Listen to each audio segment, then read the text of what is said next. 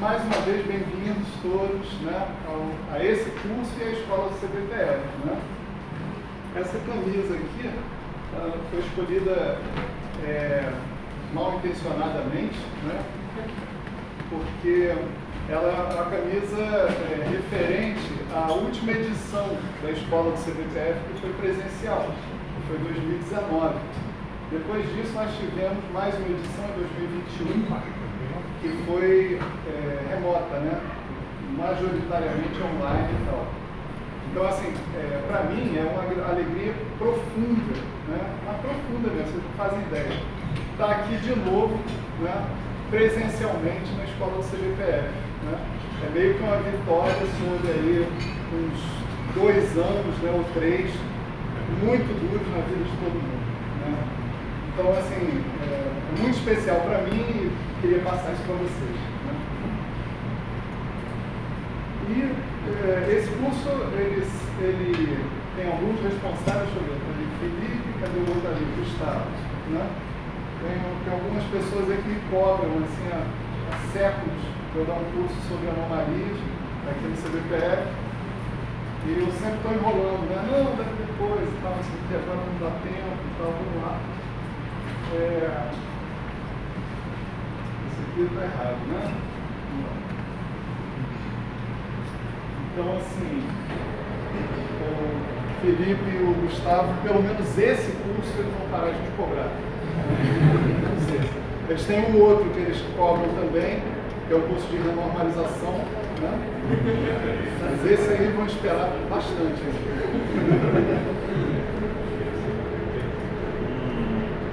Esse negócio de suspender a tela aqui já é meio suspeito, né? Porque isso mostra que não tem negócio de slide nesse curso, que é quadro negro mesmo e tal. Né? Mas isso não deveria assustar ninguém, porque eu não estou pretendendo fazer contas gigantescas aqui, nem nada. Né? Eu simplesmente acho que o fluxo das ideias acontece melhor quando a gente está com giz na mão e quadro negro e apagando e tal, etc. E tal. Mesmo assim, vai ter uma aula aí que vai ter muita conta, não tem jeito. Né? Mas por uma razão especial, vocês vão saber. Então, falemos de anomalias. Né? Esse tópico, a anomalia é alguma coisa que não é normal, né? Vamos dizer assim. Bolsonaro foi uma anomalia. Mas o curso não é sobre Bolsonaro. Então, a gente... esse nome anomalia vem originalmente de uma coisa, de uma propriedade das teorias de campo que apareceu de uma maneira, em princípio, inevitável e também inexplicável, né? Para a cultura da época, né? Vamos dizer assim. E veio através de uma história, né, que estava... Oi?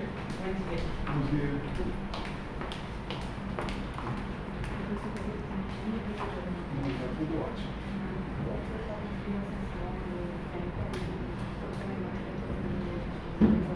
Tá, deixa eu perguntar para ele. Pergunta? Bom dia. Alguém teve problema com o QR Code? Todo mundo, né? Pelo visto. Eu ia falar, aí se eu passo ali pra gente? Não, estou passando. Aí a gente pode... Não, teve quem tenha conseguido e tem gente que não conseguiu. Aí a gente está subindo para poder estar vendo. Aí vocês assinem quem não conseguiu, por favor. Obrigada, tá? Obrigada. Então, o contexto da época, né, vou lançar um pouquinho aqui esse contexto, né, para vocês, era uma situação em que a teoria de campo parecia que estava condenada à falência. Né? Isso foi mais ou menos por volta da década de 60. Né? E a razão dessa falência, as razões, né, eram múltiplas. Né? Você tinha grandes dificuldades para descrever as interações fortes. Né? Eu costumo falar, essa já é uma frase meio padrão minha, Né? Era um tempo que você levantava, escovava os dentes, ia para o laboratório, ligava o acelerador e descobria uma partícula. Né? Então, essa era a rotina daquela época. Né? E aí as pessoas começaram a desconfiar, né? Isso é um eufemismo, tá, gente? Elas começaram a desconfiar que essas partículas não podiam ser todas elementares. Né?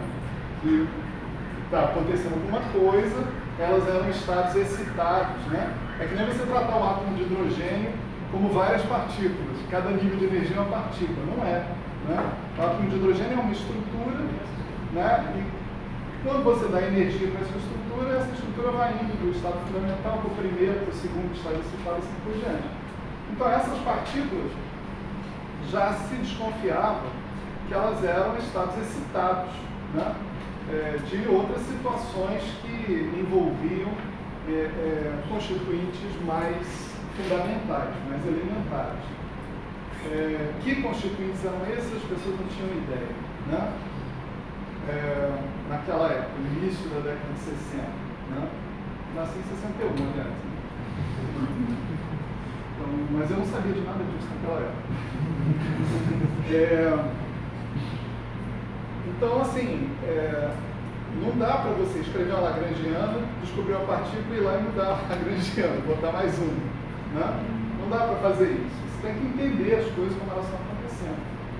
E como não aparecia nenhuma teoria que pudesse descrever adequadamente essa questão dessa proliferação de partículas, interagindo fortemente, etc., as pessoas foram se desencantando com a teoria de campos.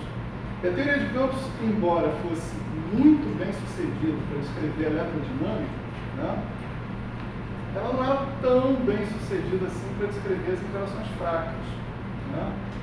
No caso das interações fracas, a gente tinha uma teoria, que era chamada teoria de Fermi, né, que descrevia bem o decaimento beta, né, o decaimento de um nêutron, um próton, um elétron e um antineutrino do elétron. Né?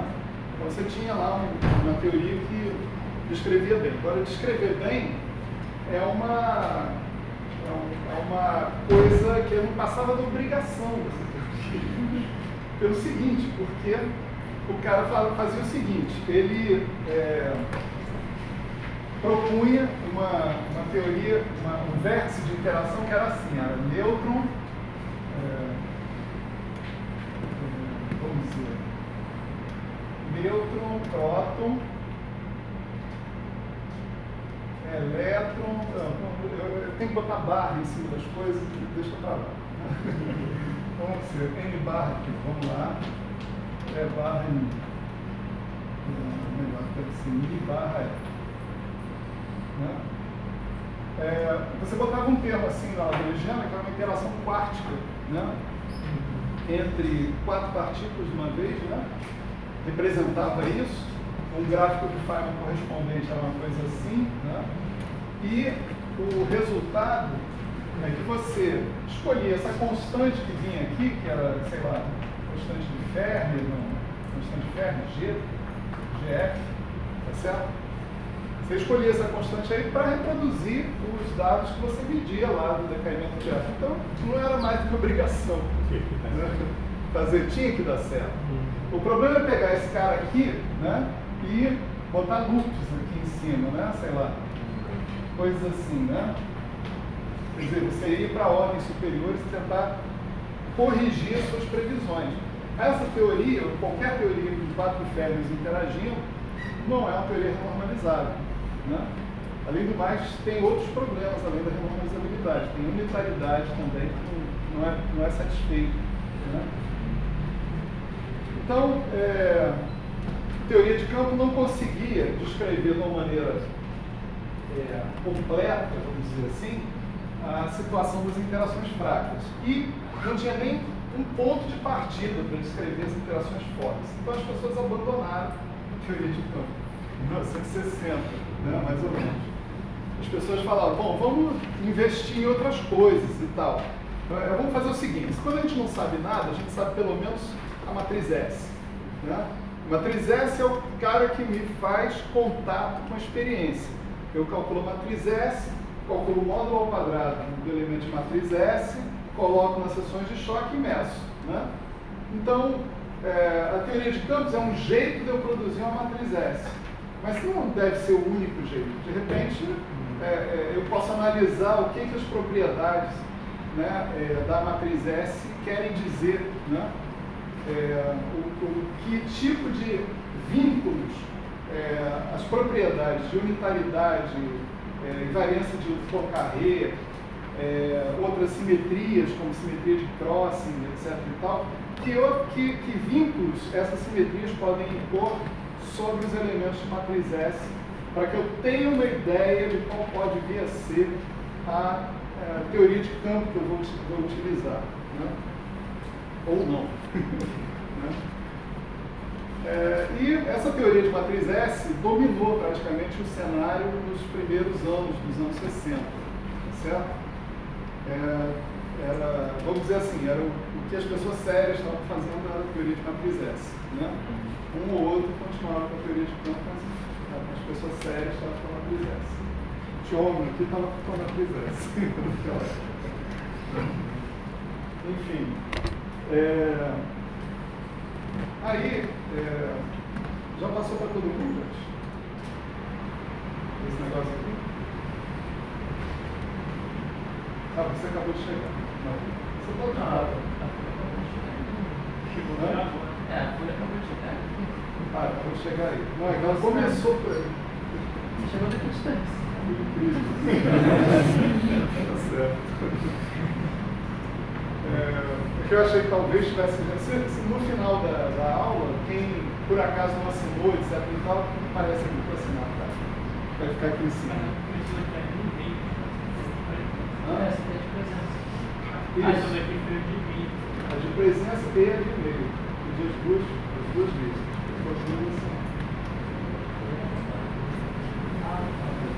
A de e-mail está rodando aqui. Bom, então quem foi atrás da história da matriz S descobriu muitos vínculos, né? De fato, muitos vínculos que a matriz S era obrigada a obedecer, e eram tantos, mas tantos vínculos que as pessoas ficaram até desconfiadas que não existisse nenhuma matriz S que satisfizesse todos esses vínculos, né? Nossa, a gente estampou a caixa de Pandora, né? A coisa estava muito restrita, né? Nesse meio, nessa desconfiança que estava aí, um italiano, o veneziano, né? Falou, não, peraí, eu consigo escrever uma fórmula que satisfaz todos os vínculos da matriz S, a invariante de Lorentz, a unitária, não sei o que, e está aqui, concretamente. Ele não tirou essa fórmula do nada, né? Eu costumo dizer, a lixeira dele devia estar cheia, ele tentou várias coisas, aí arrumou uma fórmula e publicou. Essa fórmula era só uma função beta, gama sobre gama, função gama de Euler. Uma fórmula super simples, né? Mas todo mundo ficou em alvoroço, profundo com aquilo ali. E aí começou o caminho para tentar descobrir qual era a teoria dinâmica que dava origem a essa amplitude de espalhamento que o veneziano tinha descoberto, né? E aí, conversa vai, conversa vem, as pessoas chegaram à conclusão que aquela amplitude era obtida se você fizesse uma primeira quantização de cordas, né? E aí houve uma explosão, né, dos modelos de cordas aplicados à física das interações fortes nessa época. E era extremamente atraente a ideia, né? Era a ideia de que todas as partículas das interações fortes, elas eram simplesmente, vamos dizer, estados excitados do mesmo objeto, da corda, né? O elétron era o Lá, o próton era o Mi, não sei quem era o Fá, e assim por diante. Tinha 1000 problemas, né, que fizeram com que isso aí fosse abandonado para as interações fortes, mas de qualquer forma foi uma ideia fantástica, não sei se vocês concordam, né? Paralelamente a isso, as conjecturas sobre a álgebra de correntes, né, ganhavam força, continuavam ganhando força. Álgebra de corrente, matriz S. E as pessoas passaram a investigar as consequências das simetrias. Então, eles pensavam, se eu tiver uma determinada simetria da matriz S, uma simetria contínua, essa simetria contínua vai ser gerada por um conjunto de correntes que vão produzir cargas que, por sua vez, vão fechar essa álgebra. Essa álgebra ser fechada produzia várias consequências fenomenológicas, né? Que as pessoas exploravam essas consequências fenomenológicas. Uma dessas consequências, né, virou o chamado teorema de Sutherland-Veltman, do qual a gente vai falar um pouco mais. Esse teorema simplesmente proibia que o meson π neutro, π0, decaísse em 2 fótons. Né? Não pode. π0 não pode decair em 2 fótons. Eu estou falando assim de sacanagem, porque o Sutherland-Veltman sabia muito bem que π0 decaía em 2 fótons. Né? O problema deles era o seguinte: a álgebra de correntes, a imaculada matriz S, né, que produz tantas coisas, né, fantásticas e tal, tantas outras previsões, tantas outras limitações, a álgebra de correntes está proibindo o π0 de decair em 2 gama. Proíbe esse processo aqui. Sei lá. Se você pega e bota aqui π0, né? Vou botar aqui uma coisa inespecificada, porque a gente não tem teoria, não tinha teoria, né? E dois fótons, né? Isso aí era observado experimentalmente, né? Abundantemente observado experimentalmente, e, no entanto, a teoria baseada nos princípios da matriz S, etc. e tal, dizia que esse processo era proibido, que isso não podia acontecer. Né?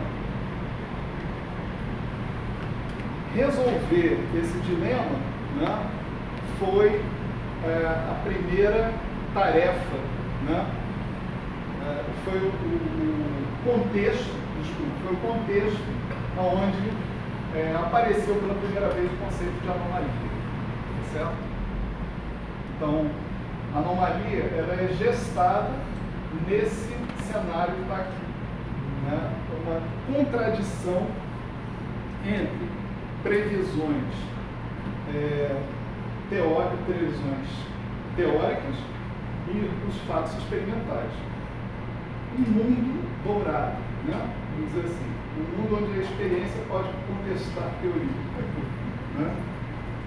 Tudo que uma pessoa que faz portas hoje em dia pede, sonha com ela. Né? Enfim.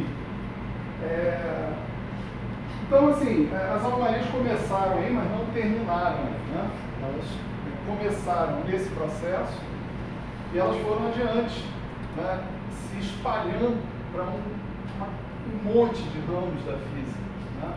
Os mais insuspeitos possíveis, né? Da física e da matemática. Né?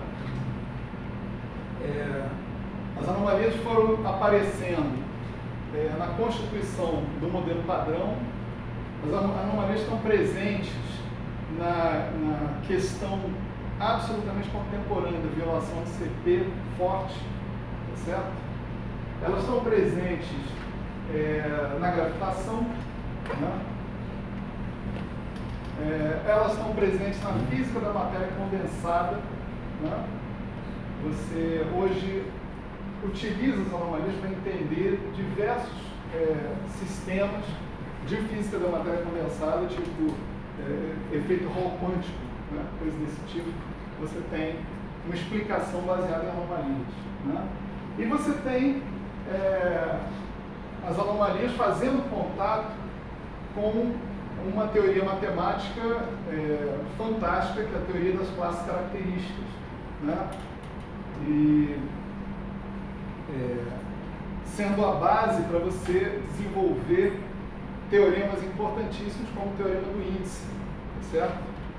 De Atiyah-Singer, né? Então, as anomalias invadiram o mundo né? E o mundo tomou conhecimento de que a teoria de campos era mais complicada ainda do que eles já pensavam, tá certo? Quer dizer, o que as anomalias representam é uma sofisticação dinâmica da teoria de campos, que ela não é revelada inicialmente, vamos dizer assim, só você olhando ingenuamente para a tua ação, para o objeto que descreve o teu sistema físico, tá certo? Então essas são fatos, esses são fatos sobre as anomalias que estão aí presentes, etc. Né? E a gente vai, claro que eu não vou falar para vocês de todos esses fatos, né? Inclusive porque é impossível para mim preparar esse curso se eu fosse fazer isso, ainda mais um curso de 5 aulas, né? Mas eu escolhi um viés, né, para entrar nessa história, que é o viés no qual eu trabalho, essencialmente, e que vai colocar as anomalias, vamos dizer assim, em contato com alguns tópicos que parecem importantes para mim, certo? Isso não quer dizer que vão parecer importantes para vocês no final, né? Não me parecem importantes. Então, eu acho que, mesmo que vocês no final achem que esses tópicos não são tão importantes assim, vocês vão ter ganhado, vão ter sido apresentados aí a toda uma visão sobre as anomalias que eu espero simplifique o dia a dia de vocês com as anomalias quando elas aparecerem pela frente, tá certo? Eles não são também nenhum bicho de 7 cabeças, assim, não consigo entender isso de jeito nenhum, não é assim não, né? Então o nosso plano aqui, ele está mais ou menos delineado lá na ementa, né, do curso, né? A gente vai começar bastante de leve aqui, né? Nós vamos falar primeiro sobre as simetrias clássicas, tá certo? Vamos definir com clareza o que a gente entende por uma simetria clássica de um determinado sistema, né? E em seguida, né, a gente vai, hoje ainda, espero, não sei se vai dar tempo, né? Se não der tempo, é claro que fica para a aula que vem, isso vale até a aula 4. Na aula 5 só Deus sabe. Mas eu tenho, quem me conhece sabe que meus cursos costumam não durar um semestre, né? Eu tenho esse problema sério, né? Mas eu acho que é melhor a gente falar das coisas com a devida calma e tranquilidade e com todo mundo entendendo do que ficar cuspindo coisas para vocês sem sentido, né? Então, hoje ainda, se der tudo certo, a gente vai falar um pouco, né, sobre o teorema de Sutherland-Veltman e sobre o cenário onde aparecem as anomalias originalmente. Nesse caso, a chamada anomalia quiral, né? Vamos falar sobre simetria quiral aqui, né? E vamos definir a corrente quiral, as coisas todas que aparecem. E, mais importante, talvez no centro dessa aula esteja a questão do teorema de Noether, né? O teorema de Noether é o teorema a ser contradito, né, pelas anomalias, né? O teorema de Noether afirma, né, a gente vai falar sobre o teorema de Noether com calma, que em certas circunstâncias você tem um certo número de quantidades conservadas, né? Quando existe uma anomalia, é aí que a anomalia bate nesse teorema, né? No nível quântico, certo? Muito embora essas quantidades possam ser conservadas no nível clássico, no nível quântico elas não vão ser, né?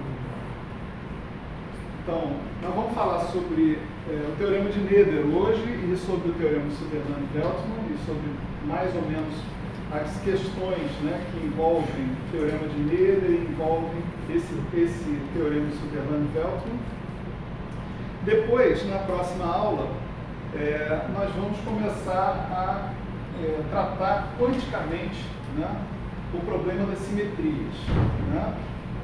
Aí nós já vamos particularizar a nossa abordagem para um tipo de simetria específico, só para a gente não precisar criar um contexto mais geral do que o necessário aqui. Então vamos falar da simetria quiral inicialmente, certo?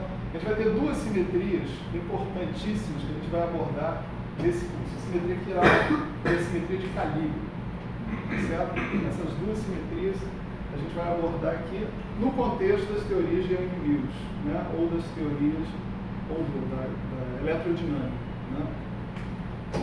Então a gente vai tentar explicitar como é que eu posso compreender, desde um ponto de vista de integração funcional, como é que eu posso compreender que apareça, que exista uma anomalia, tá certo?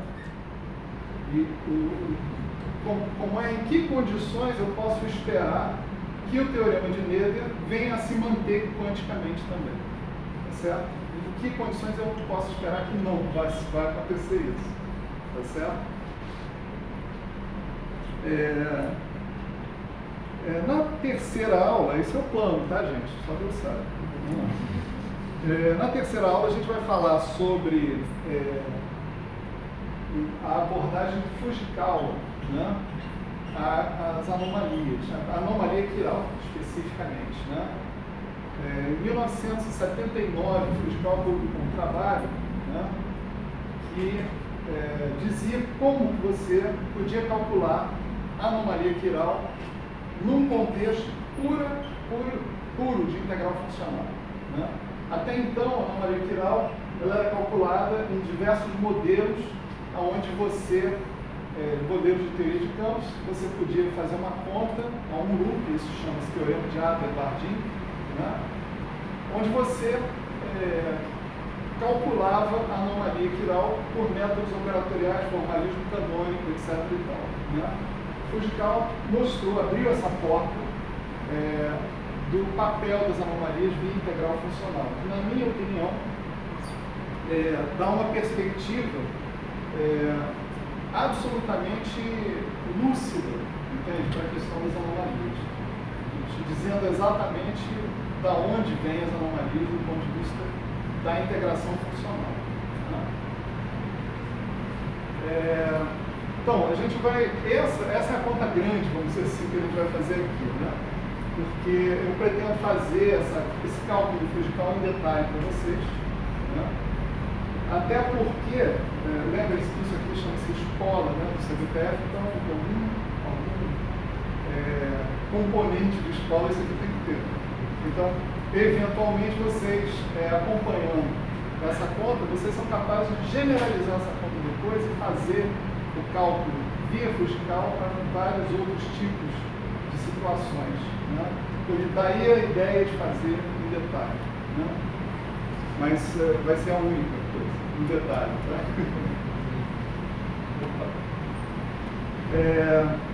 Aí depois a gente larga um pouco de mão, né, a simetria quiral e vai abordar a simetria de calibre, tá certo?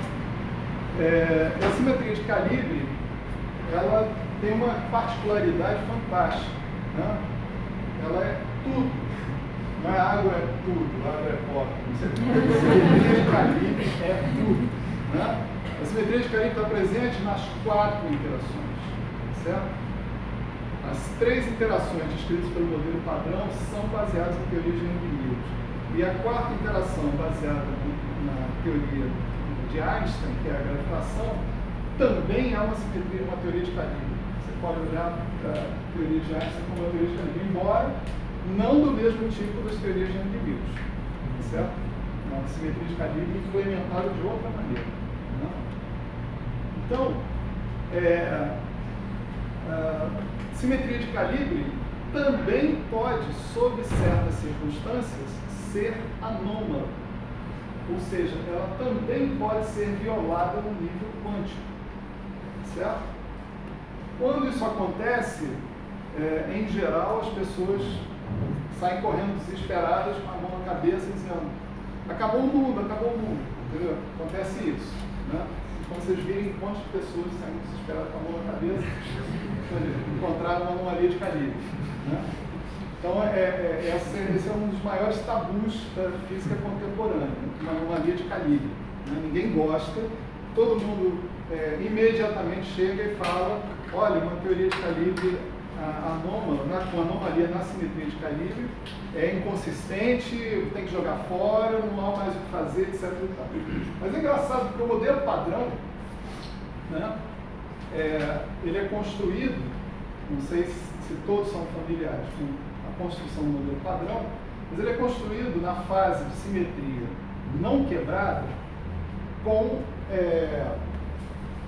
todos os seus férmions sem massa, ganhando massa após o mecanismo de Higgs ser colocado em ação, tá certo? Nessa fase, a ação que descreve os nossos férmions sem massa são ações de Weyl superpostas. Cada um desses férmions sem massa é um férmion quiral, um férmion de Weyl.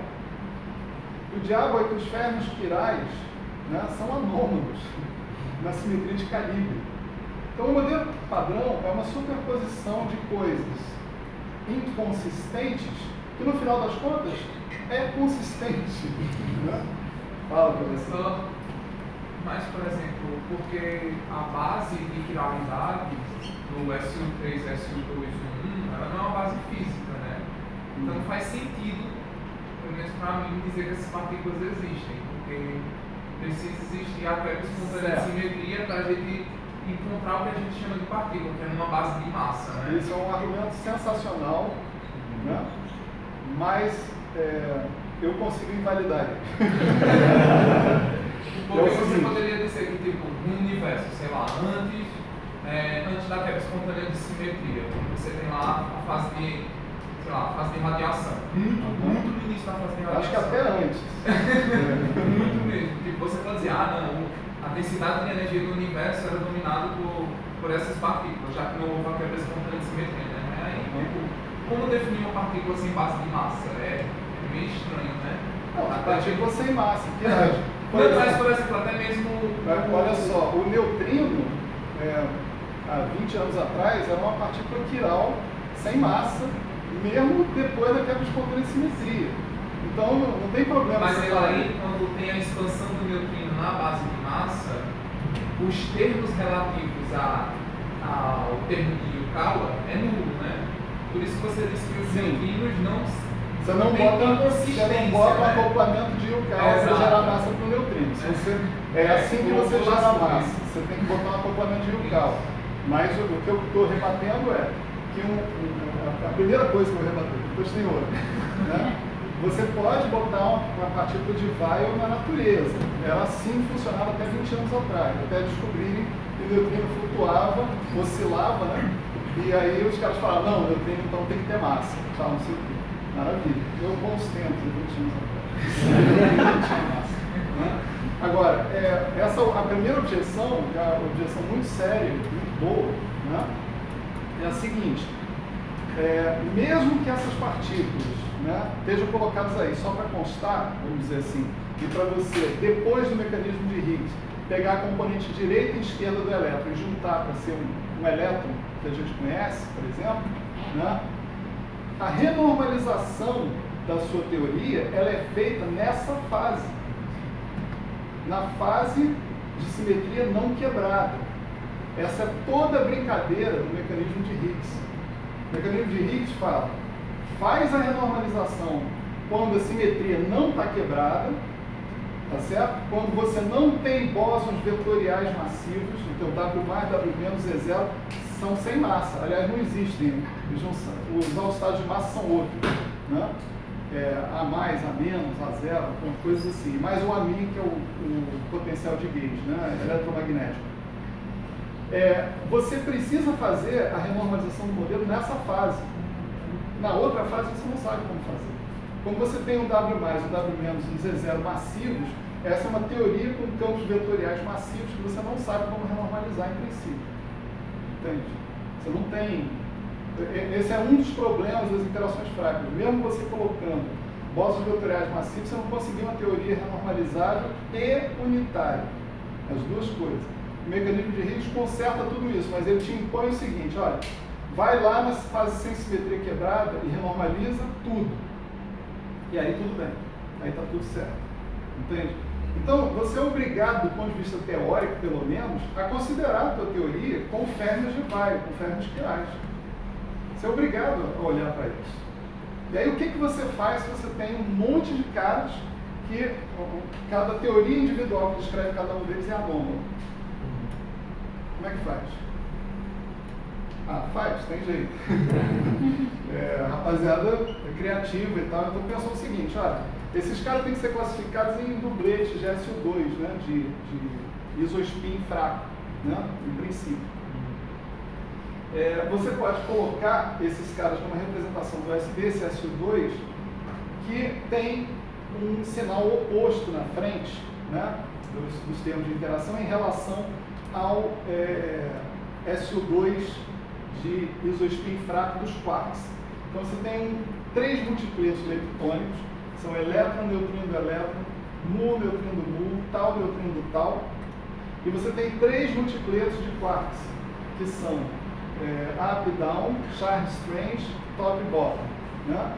Você pega esses caras, bota numa representação do SO2, esses outros em outra representação do SO2, e as anomalias cancelam.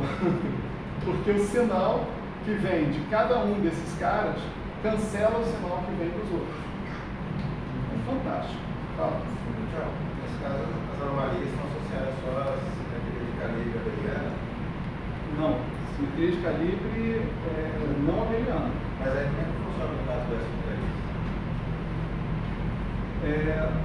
O problema não é o SO3. O SO3, ele entra, tem vezes ali, né? Ele entra já no cenário em que você tem massa para os quarks.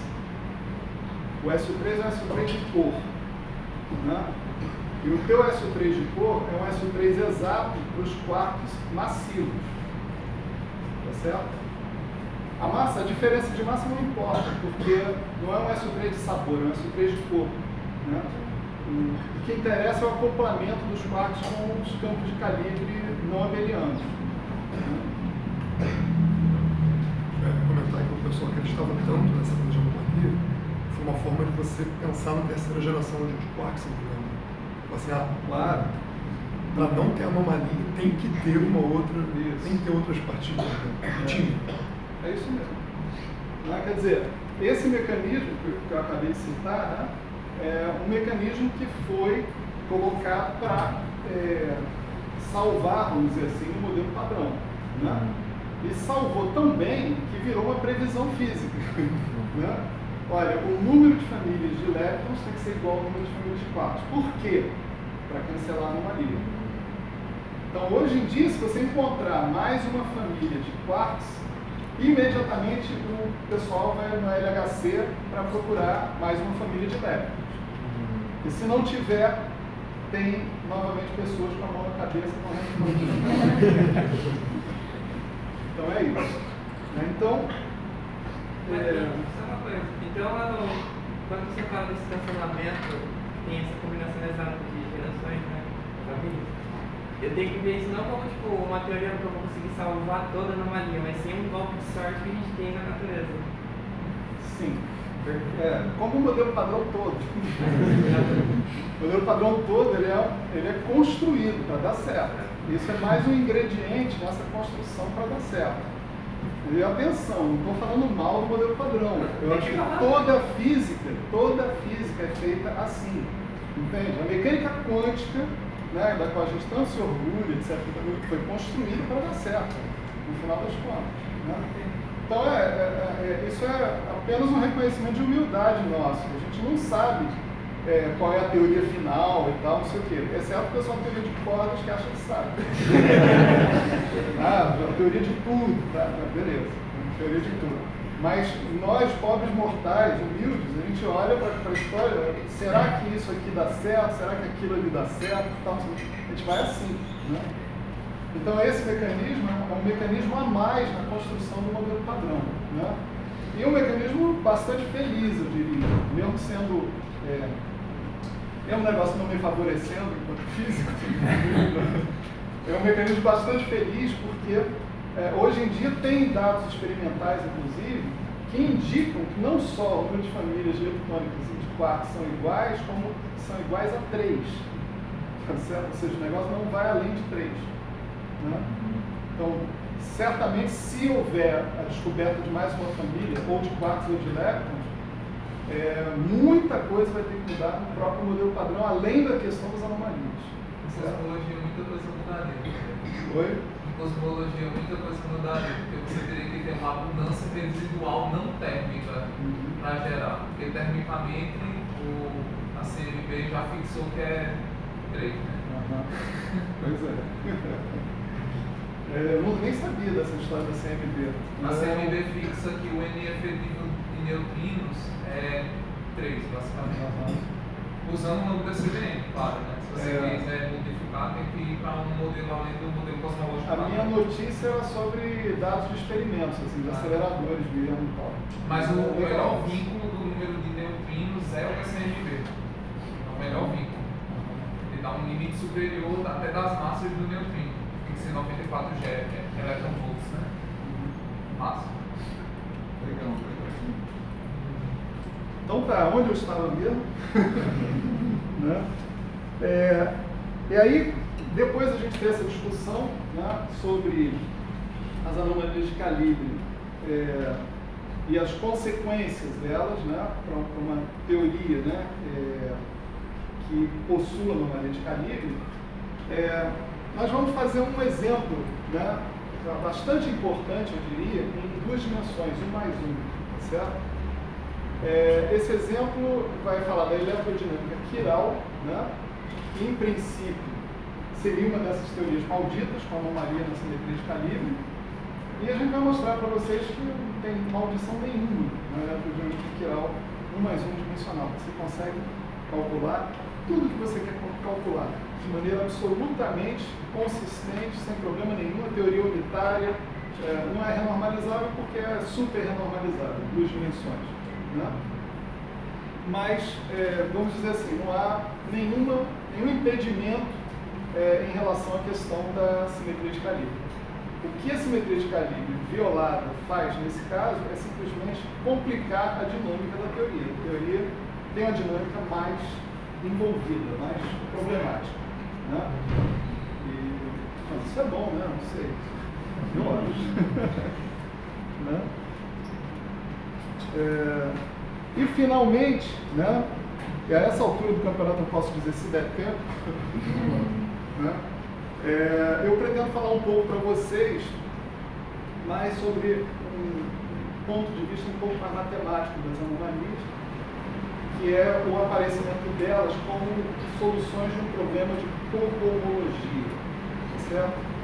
Então eu queria apresentar para vocês, né, a simetria DRST, o gerador dessa simetria DRST, que satisfaz uma propriedade notável chamada de nilpotência, uma certa coisa ao quadrado dá zero, né? E toda vez que aparece essa propriedade, uma coisa ao quadrado dá zero, né, você tem a possibilidade de definir um problema de cohomologia, né? Ou de homologia também. Né?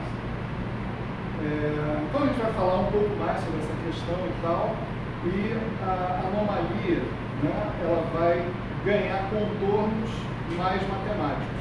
E aí eu pretendo resumir um pouco para vocês algumas coisas que se entende sobre as anomalias do ponto de vista matemático, inclusive o teorema do índice de Atiyah-Singer, né, visto de um ponto de vista exclusivo da integral funcional. Certo? Bastante legal isso, intensidade. Né? Então, de boas intenções, o inferno está cheio. Né? Então, vamos começar, porque tem que começar em algum momento. Né? E são quase 11 horas, a gente não começou ainda.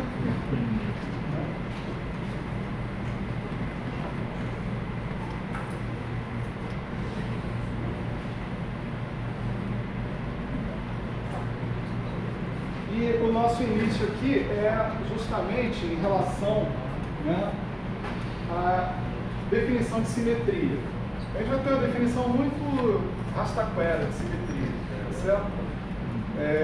Simetria é alguma coisa que deixa a ação invariante, uma transformação que deixa a ação invariante. Atenção, do ponto de vista quântico, a definição de simetria é bem mais sofisticada, né? Simetria, do ponto de vista quântico, tem a ver com o teorema de Wigner, um dos inúmeros teoremas de Wigner, né? Mas é um teorema de Wigner que diz o seguinte: se você tem uma determinada simetria, essa simetria, o que eu chamo de simetria é uma ação de um operador globalmente no espaço de Hilbert que deixa o produto escalar invariante. Tá certo?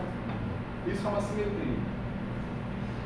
Para que essa simetria não seja só uma simetria estática, dada num certo tempo, vamos dizer assim, é preciso que não só ele deixe os produtos escalares invariantes, como também que ele deixe a dinâmica invariante. Tá certo? Então, isso é uma coisa que a gente mais ou menos conhece desde a graduação, né? Você precisa que alguma coisa para ser simetria comute com o Hamiltoniano, né? Isso significa que você pode fazer a evolução dinâmica do sistema e depois fazer a simetria, ou fazer a operação de simetria primeiro e depois fazer a evolução dinâmica do sistema, você vai chegar exatamente no mesmo lugar. Certo? Isso implica em restrições algébricas sobre os geradores da sua simetria, sobre o seu Hamiltoniano e sobre os estados do seu espaço de Hilbert. Tá certo? Você precisa de um espaço de Hilbert montado de uma maneira interessante para que possa acomodar aquela dada simetria que você está querendo, né? Essa é a base do método das representações induzidas do Wigner, que representa as transformações de Poincare, né? Então tem todo um universo colocado aí do ponto de vista quântico, mas o nosso ponto de partida vai ser uma definição muito mais simples, que é essa. Simetria é simplesmente um tipo de transformação nos campos e suas coordenadas que deixa a ação invariante, né? Se deixa a ação invariante, em princípio deixa as equações de movimento invariantes, ou covariantes, né? Uma coisa ou outra do teu sistema. Então,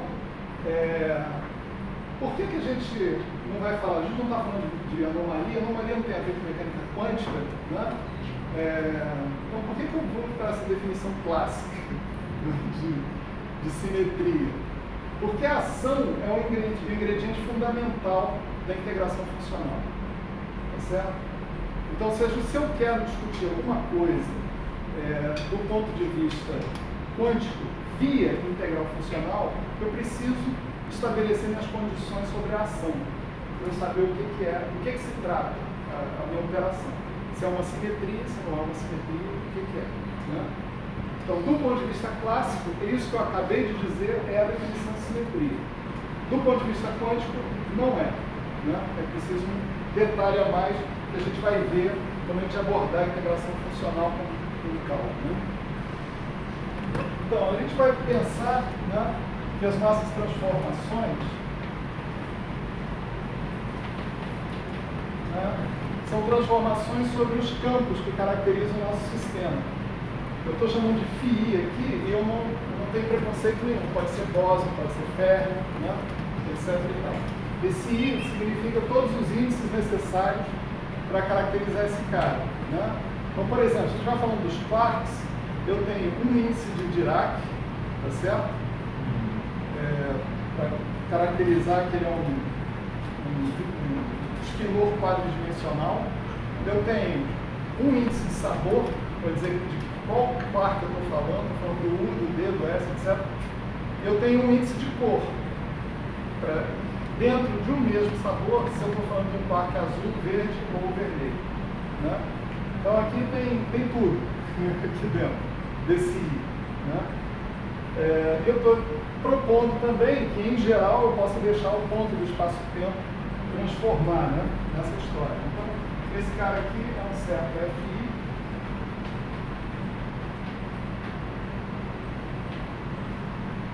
né, de φi de x, né, x a alfa. Não, x x'. E os pontos espaço-temporais, né, eles vão ser também funções de x' a alfa. Então, esse x' que está aqui, você vai pegar ele daqui e vai botar ele aqui, certo? Você vai transformar tudo, né? Observa aqui que eu estou usando esses mesmos a alfa aqui embaixo e aqui em cima, tá certo? Isso quer dizer que é a mesma transformação, ela está agindo na sua versão espaço-temporal e na sua versão no espaço dos campos. Uma transformação de Poincare. Então, transformações de Poincare são caracterizadas por 10 parâmetros, 6 são associados com as transformações de Lorentz, 4 com as translações. Então, esses 10 parâmetros estão aqui e os mesmos 10 parâmetros estão aqui, tá certo? Os mesmos. Então, isso daqui responde por a implementação dessa simetria no espaço dos campos, tá certo? Então, o que você vai exigir da atuação vai ser o seguinte, que a atuação, que ela é definida em geral dessa forma,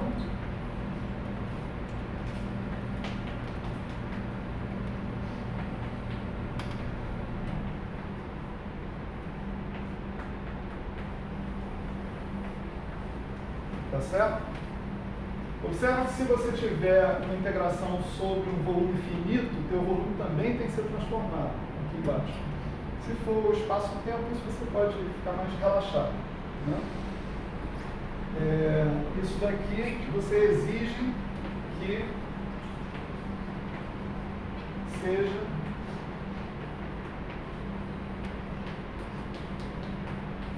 dessa forma, ou seja, isso aqui vai ser o S de φ. Se isso acontece, tá certo? Se, né? Isso acontece, isso aqui é uma simetria, uma operação de simetria do seu sistema. É assim que eu estou definindo aqui no nosso curso, né? Muitas vezes eu vou chamar essa ação aqui de clássica. Vou chamar ela de clássica. Agora, esse nome clássico é um nome abusivo, né? Porque, por exemplo, se eu pegar a ação do campo escalar, né, o termo de massa é M2C2 sobre H cortado ao quadrado. Então, que droga de clássico é esse? Né? Não tem nada de clássico nessa ação. Tem aí uma possível interpretação do φ como função de onda, como solução da equação de Klein-Gordon, né? Vista como função de onda, eventualmente, se você quiser, etc. e tal. Mas a visão mais moderna é que isso é absolutamente furado, tá certo? Você não interpreta em momento nenhum esse φ que está aparecendo aqui como função de onda de nada.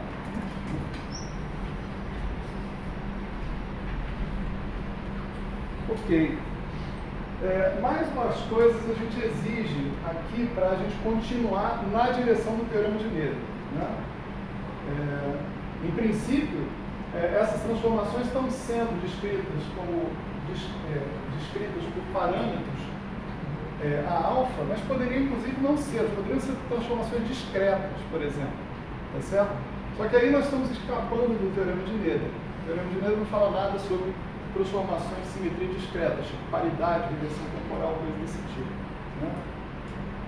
Nesse caso, nós estamos falando de transformações que são parametrizadas por parâmetros contínuos e que, tais que, as equações que parametrizam as transformações são equações suaves. Suaves quer dizer, matematicamente, diferenciável em todas as ordens com derivadas também diferenciáveis. Certo? Então, tanto isso quanto isso podem ser expandidos em série de Taylor em torno de A igual a zero, né? E a gente costuma associar todos os alfa iguais a zero com a identidade de minha x igual a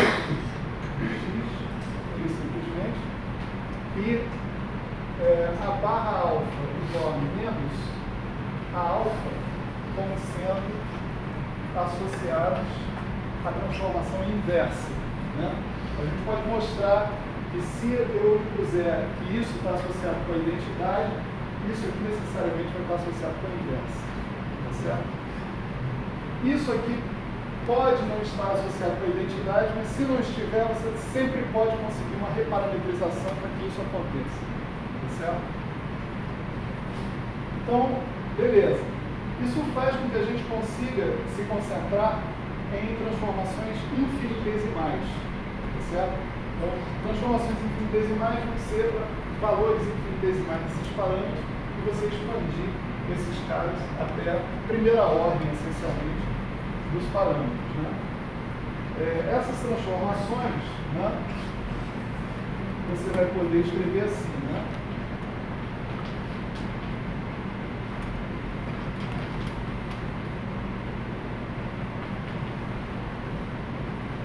Aqui, epsilon alfa são esses a alfa infinitesimais, tá certo?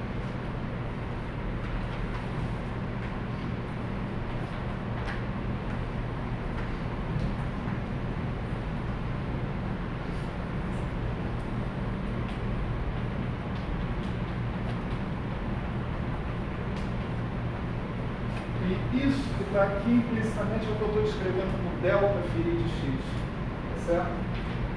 Observa que eu estou falando de filhinha i de x, da relação entre filhinha i de x e φi de x, tá certo? Não é de filhinha i de x' com filhinha φi de x, tá certo? Então, eu estou lidando com a relação, a alteração da forma funcional dos campos, pura e simplesmente, tá certo? Essa é a alteração da forma funcional. Esse delta aqui vai significar isso. A alteração da forma funcional dos campos, né? Quer dizer, a mudança toda que eu estou computando aqui é uma mudança da forma funcional e não uma mudança completa que inclui a mudança do espaço-tempo, né? Mais ou menos a mesma coisa a gente faz aqui.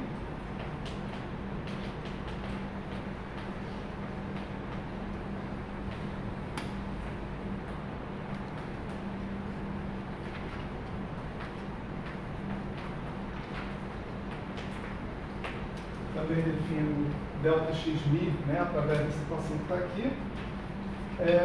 Isso daqui é que é o x da questão, né? E você expande as coisas até a primeira ordem. Isso que está aparecendo aqui é o que é uma herança da forma específica da sua transformação. Tá certo? Se você expandir isso em série de termos, você vai ter uma expressão daquele x e daquele x til em termos do f e do g. Tá certo? Podem experimentar, vocês vão ver, né? Esses x, eles caracterizam a transformação em primeira ordem, completamente. E eles vão ser tudo o que você precisa para você escrever a sua transformação em todas as ordens. Isso é uma característica do fato de você ter simetrias contínuas, continuamente conectadas com a identidade através de leis de transformação suaves, o que define o que você chama de um grupo de Lie conexo com a identidade, tá certo? Os x e x til, nesse caso, são chamados geradores da transformação, né? E a álgebra que esses geradores obedecem pode ser usada para reconstruir essa história que está aqui, tá certo? Tipicamente, os xi, x-alfa,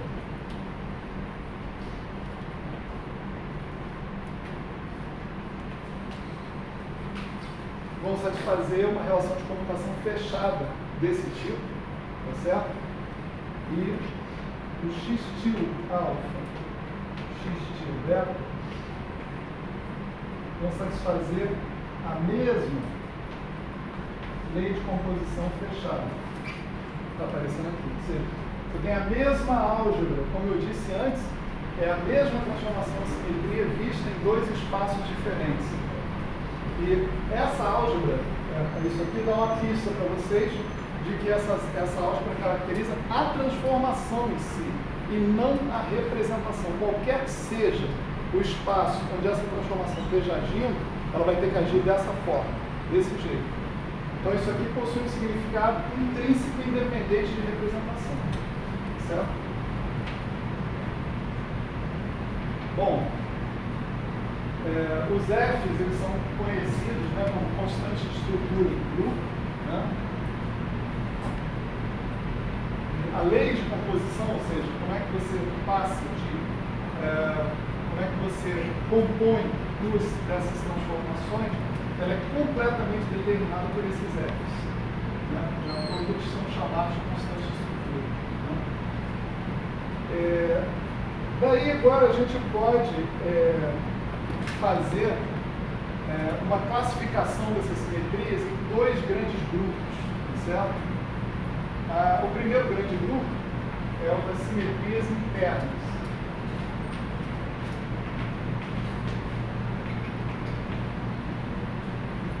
As simetrias internas são transformações de simetria onde essa parte aqui está ausente. Né? Essa coisa não se transforma. Né? Tipicamente, na linguagem mais algébrica, né, a representação dessa transformação no espaço de coordenadas é escalar, é trivial. Tá certo? Não pode dizer isso. Isso aqui não está falando nada de representação nenhuma. Né?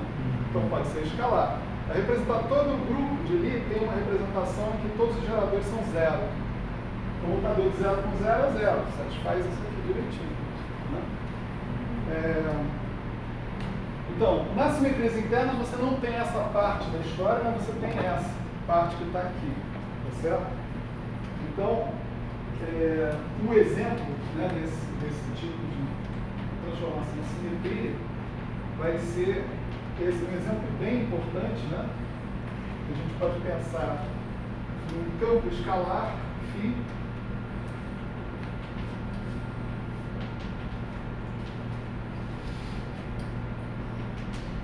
tá certo? Por transformações de fase, simplesmente. Isso aí é uma transformação de simetria, por exemplo, dessa ação. Né?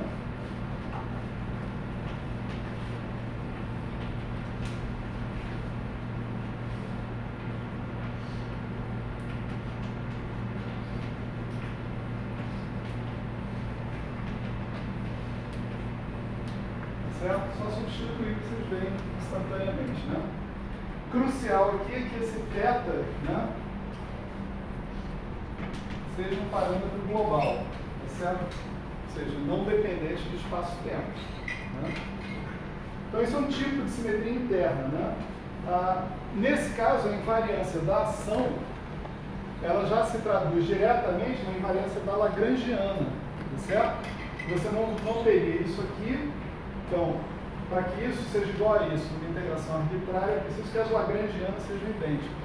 Tá certo? Aí a invariância da ação se traduz na invariância da Lagrangiana, tudo simplesmente. Né? E o segundo tipo, né, de simetria, né, são as chamadas simetrias espaço-temporais. Certo? Vamos dar um exemplo, né? Por exemplo, a simetria de Poincaré, né?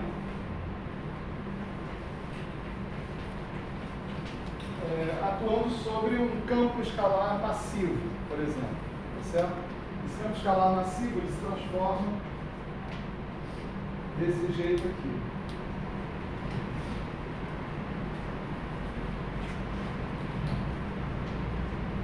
Θ μ aqui são os parâmetros que caracterizam a transformação de Lorentz, tá certo? Esse θ μ é um θ μ antissimétrico, portanto é uma matriz 4x4 antissimétrica, ela tem 6 componentes independentes, tá certo? 10 menos a diagonal, né? 16 menos a diagonal, menos metade da matriz que fica embaixo, por exemplo, certo? Então, o lambda da transformação de Lorentz ela é caracterizada por 6 parâmetros independentes, né, nesse caso. E a transformação de Poincaré em si, né,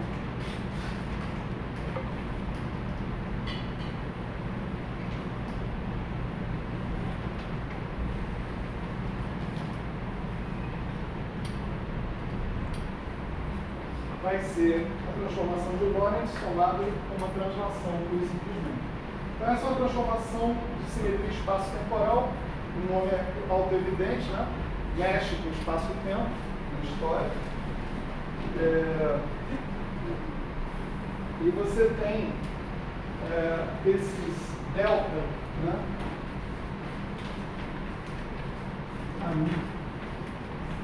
De x, a variação na forma funcional do teu campo. A mim foi. Tem alguma coisa estranha acontecendo assim, né? Aonde? Porque tem 3 nis. Tem 3 nis aí. Meu teto é só representativo. Esse teto está como dependência funcional, ele não está contraindo com ninguém. Vou botar aqui alfabeto. É bom explicar isso, né? Aqui eu estou falando da dependência funcional do lambda, tá certo? Eu não estou multiplicando o lambda com o θ, tá certo? É importante isso. Né? Então, esse delta ali, né?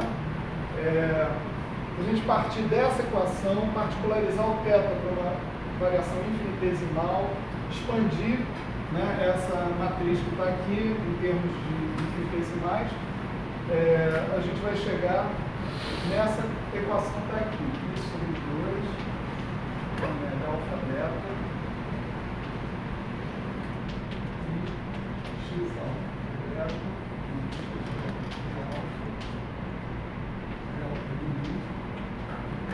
mais x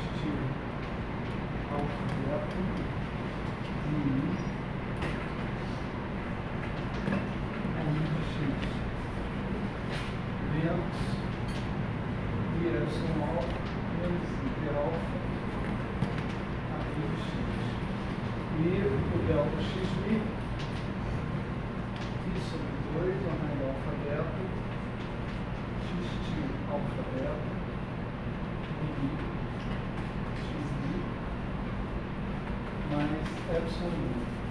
onde x de alfa beta vive menos i delta m alfa delta mi delta alfa mi. É uma conta não muito comprida, mas um pouco chatinha de qualquer forma, para você chegar nisso aqui. A partir disso, mas é possível chegar rapidamente de uma coisa na outra. Vocês observem aqui que aqui você tem ômega, são os parâmetros da transformação de Lorentz infinitesimais. Θ são os parâmetros finitos da transformação de Lorentz. Os ômegas são os parâmetros infinitesimais da transformação de Lorentz. E você vê que você tem um pedaço aqui, né, que envolve derivadas, que tipicamente modificam a forma funcional de uma maneira bastante não trivial, né? E você tem um pedaço aqui que não envolve derivada nenhuma, né? Então, esse cara envolve derivadas multiplicadas por a identidade quadridimensional. E esse aqui não envolve derivadas, ou seja, multiplicado pela identidade no espaço das funções, multiplicado por um cara no espaço quadridimensional, uma matriz no espaço quadridimensional, que é essa que está aqui embaixo. Tá certo? Essa matriz é a mesma matriz que aparece aqui na variação do delta xi. Certo? Isso é exercício para casa, se for o caso. Mas eu diria para vocês para não se preocuparem profundamente, né, com isso, porque as principais simetrias que nós vamos cuidar aqui no curso são as chamadas simetrias internas.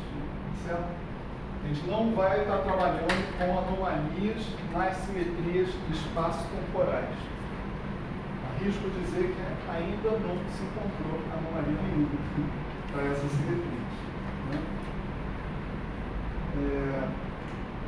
Então, esses caras que estão aqui, né, são os geradores, né, desempenham esse papel aqui, esse X está aqui, no espaço dos campos, tá certo? Enquanto que esses caras que estão aqui, né, e portanto esse aqui, eles desempenham aquele papel de geradores no espaço quadridimensional. Se vocês quiserem, vocês podem também gastar o seu precioso tempo fazendo as relações de comutação entre esses geradores aqui, entre si, né? Tipicamente calculando uma coisa do tipo, né? X, sei lá, mini, X possível, tá certo? E fazendo também X-til mini, um X-til possível. E verificando se vão ter rigorosamente a mesma coisa, certo? Então, fazendo um conjunto de relações de computação com o outro. De vista da relação dos multiplicadores, os outros não escalados como valores paradigmáticos pode ser visto como não conheço muito sobre teorias com violação da simetria de Lorentz, né? Eu tenho andado em umas bancas de Lael, de qualquer forma. E a fonte da violação da simetria de Lorentz, em geral, considerada aí pelo Lael, não é anomalia. São as quebras espontâneas de simetria, o desenvolvimento do valor esperado no vácuo diferente de zero, de certos campos que ele tem dentro do modelo dele. Certo? E aí, esse desenvolvimento desse valor esperado diferente de zero quebra espontaneamente a simetria de Lorentz numa escala de energia bem alta e você procura verificar os efeitos dessa quebra da simetria de Lorentz em baixas energias, que são altíssimas energias em termos de LHC. Né? Certo? Mas não é anomalia não. As simetrias não são anômalas. Se elas fossem anômalas, seria gravíssimo. Né? Porque anomalia não tem negociação, não tem essa coisa de essa é a fase da simetria quebrada, essa é a fase da simetria não quebrada. Quebrou. Certo?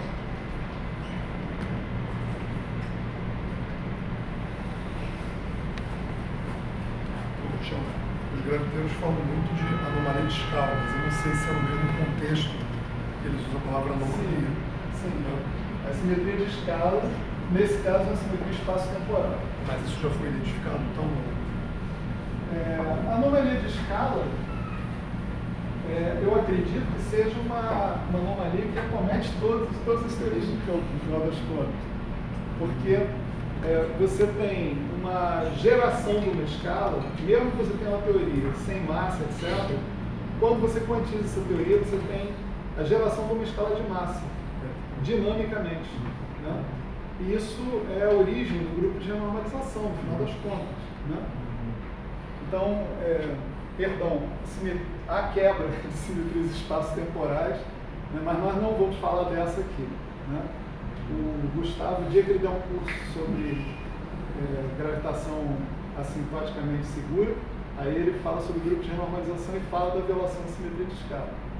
Certo? Mas é outro departamento, né, também. Inclusive bastante mais rico, né?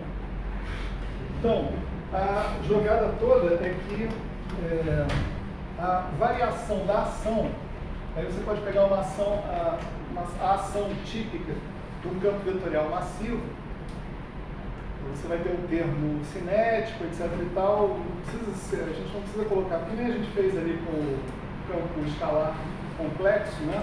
A gente não colocou um termo de interação. Você pode colocar, a título de exemplo, um cara que seja F', por exemplo, tá certo? Então, se você substituir essas coisas todas lá, você vai ver que a variação da ação, ela não é zero, mas ela é uma coisa assim.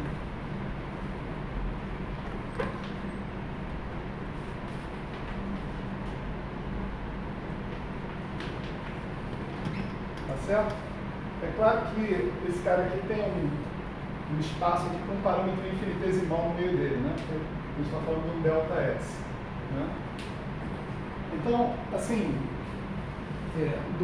essa variação, a variação da forma funcional que está sendo integrada, na verdade da Lagrangiana, certo? você tem duas opções. Nas simetrias internas, a variação da forma funcional da Lagrangiana é rigorosamente zero. Nas simetrias espaço-temporais, a variação da forma funcional da Lagrangiana é uma quadridivergência, né? E do ponto de vista da ação convencional, a variação a menos de uma quadridivergência significa que não houve variação do ponto de vista da dinâmica do seu sistema. E quando você impuser as equações de movimento, né, esse termo que está aqui, você vai, mesmo antes de impor, né, você pode entender esse termo aqui como um termo de superfície, e ao você fazer a variação, aí já não é mais a variação da transformação de simetria, é a variação visando obter as equações de movimento, é uma variação virtual, né? Quando você fizer essa variação virtual, você tem que impor que essa variação se anula nos extremos, vamos dizer assim, do seu intervalo de integração, que no caso ela tem que se anular na superfície que circunda o teu volume de integração. Portanto, quando você tem uma variação da Lagrangiana por uma quadridivergência, você também tem invariância das equações de movimento. Esse é o caso das simetrias de Poincare, tá certo? A simetria de Poincare não deixa uma Lagrangiana invariante, a Lagrangiana escalar invariante. Ela sempre produz uma variação que é uma quadridivergência.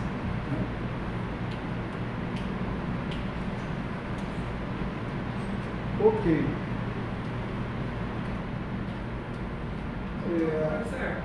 Uma perguntinha voltando na coisa de escala. Então, tipo, você só teria eu queria que você falasse um pouquinho mais dessa questão de que tem a simetria, tem essa violação da simetria de escala e isso vai gerar massa, necessariamente.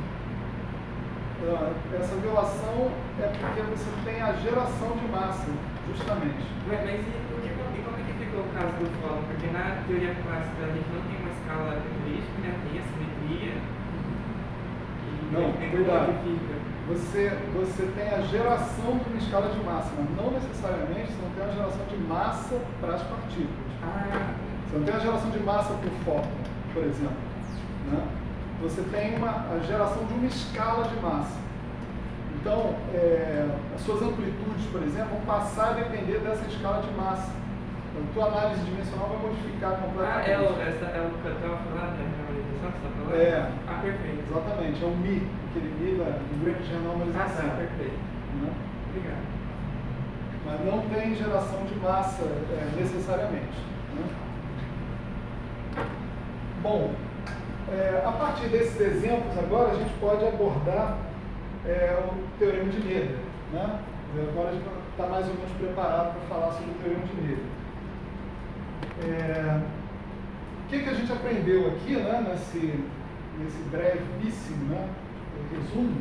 Né, a gente aprendeu que, do ponto de vista da Lagrangiana, né, exclusivamente da Lagrangiana, eu posso identificar uma simetria sempre que a variação da Lagrangiana for, no máximo, uma quadridivergência. Tá certo? Então, simetria.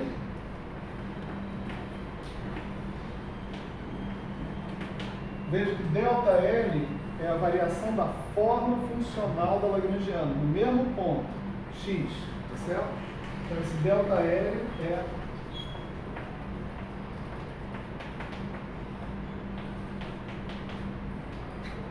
um dmi de lambda min, tá certo? Isso permite que você possa avançar um pouco mais, né, na exploração do conceito de simetria, né? Porque agora você tem uma função específica que você diz que tem que variar de uma determinada maneira, né? Observe que para você obter isso, ninguém usou as equações de movimento em momento nenhum, certo? Então, isso aqui diz respeito à forma como a Lagrangiana está montada. Só isso. Ninguém precisa usar, se você precisar usar as equações de movimento para colocar a variação da Lagrangiana dessa forma, isso não é uma simetria. Tá certo? Isso tem que acontecer independente do uso das equações de movimento. Bom, o mesmo ΔL, né? Agora você pode olhar para ele com outro ângulo, né? O L é uma função de φ, dv φ, etc e tal, né? Então, esse mesmo ΔL você poderia escrever assim, né? Como dl dφ ΔΦ mais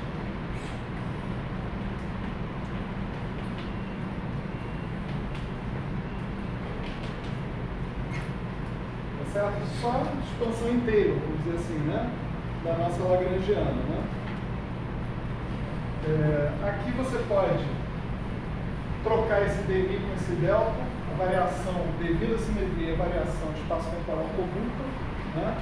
Vocês podem olhar nos exemplos como o tempo, né? De modo que aqui você vai ficar com uma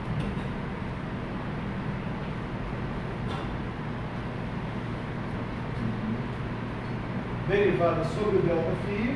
Você pode isolar o ΔΦ da história, né?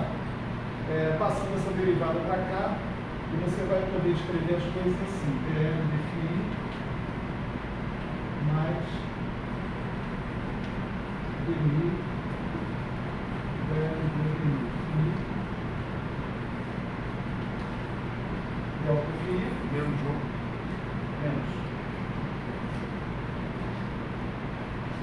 mais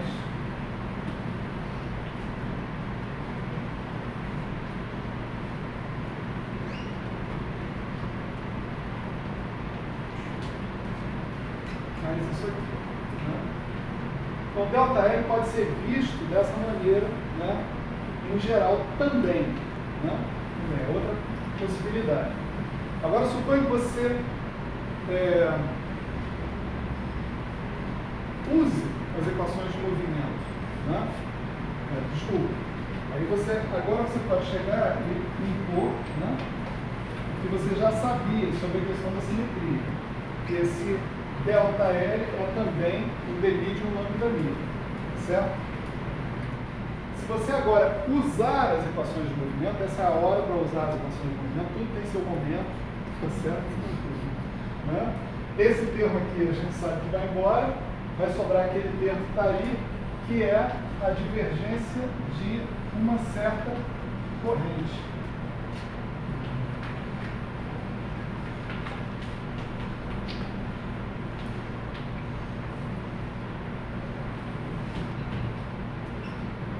Certo?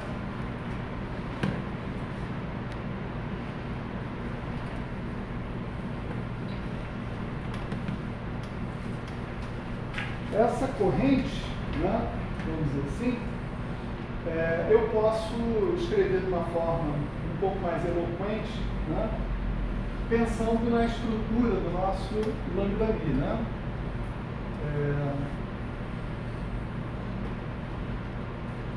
Lambda μ é sempre uma coisa desse tipo, né?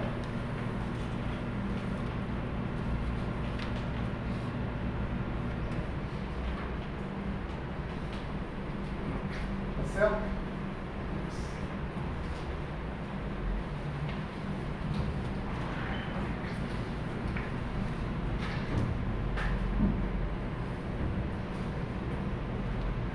Então, quando você pegar esse lambda μ, substituir ali e substituir o seu ΔΦ também, né, ali na história, você vai terminar com uma coisa que, em princípio, depende dos teus parâmetros que descrevem a sua transformação. Vai ser isso aqui.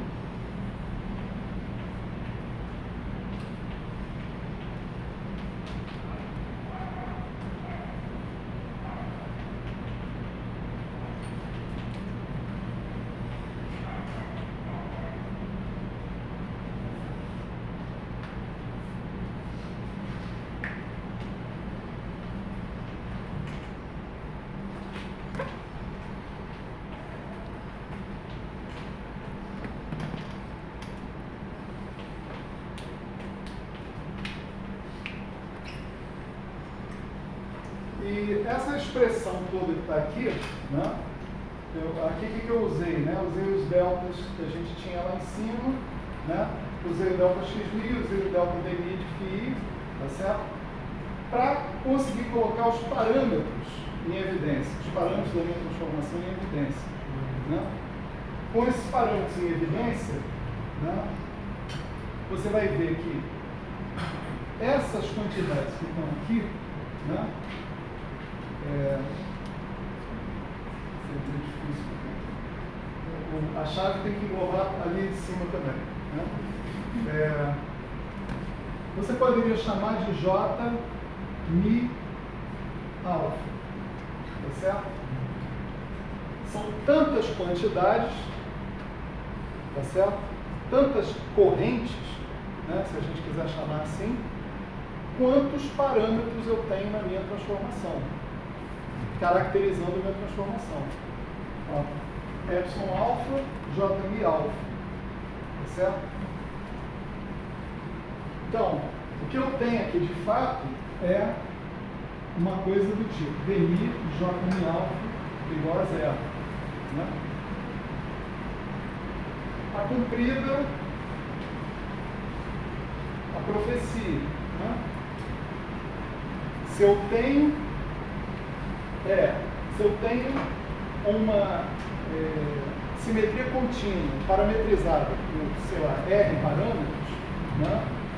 Eu vou ter R leis de conservação, R divergências nulas. Né? Por que eu estou chamando de divergências nulas de leis de conservação? Né? Porque a partir de uma situação que você tem uma quadridivergência nula, você sempre pode fazer isso aqui. Né? Você tem a sua quadridivergência nula, né? J0 alfa mais I J alfa igual a zero, que eu estou separando a parte temporal da parte espacial. Você vem aqui e integra, né? Sobre a parte espacial. Essa equação que está aqui. A tua integral sobre a parte espacial pode passar por cima do teu derivado temporal, né? São coordenadas independentes. Aí você termina com uma derivada total em relação ao tempo aqui, do que? Da integral de 2x J0 alfa. E do outro lado você tem a integral de 2x do DI do JI alfa. Essa aqui agora é uma tridivergência, certo? Isso aqui é igual a zero. Esse segundo cara aqui é um termo de superfície.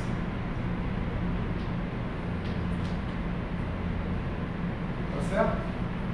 Se você impuser condições de contorno adequadas sobre seus campos, do tipo de 1 para 0 no infinito, coisas assim, esse cara daqui vai para zero. E o que você tem é que essas quantidades aqui, que eu estou chamando de Q alfa,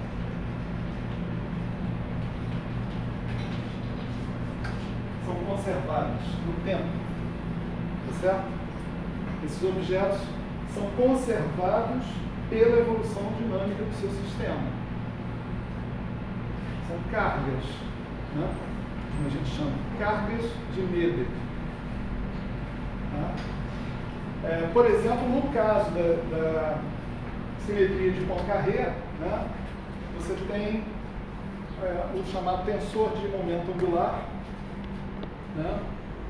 Conservado, e o quadrivetor de momento também conservado. São esses os caras que você tem lá. Numa simetria interna, como por exemplo aquela simetria que a gente viu antes, o exponencial de θ, φ, né, etc., né, aquilo pode ser identificado como a carga elétrica. Embora essa identificação da carga de Miller como a carga elétrica seja mais eficaz quando a gente tiver uma teoria onde o φ seja um campo quântico relativístico, e não quando o φ seja só um campo clássico. Tá certo? Então, parece inescapável, do ponto de vista clássico, que toda vez que você tem uma simetria, tá certo?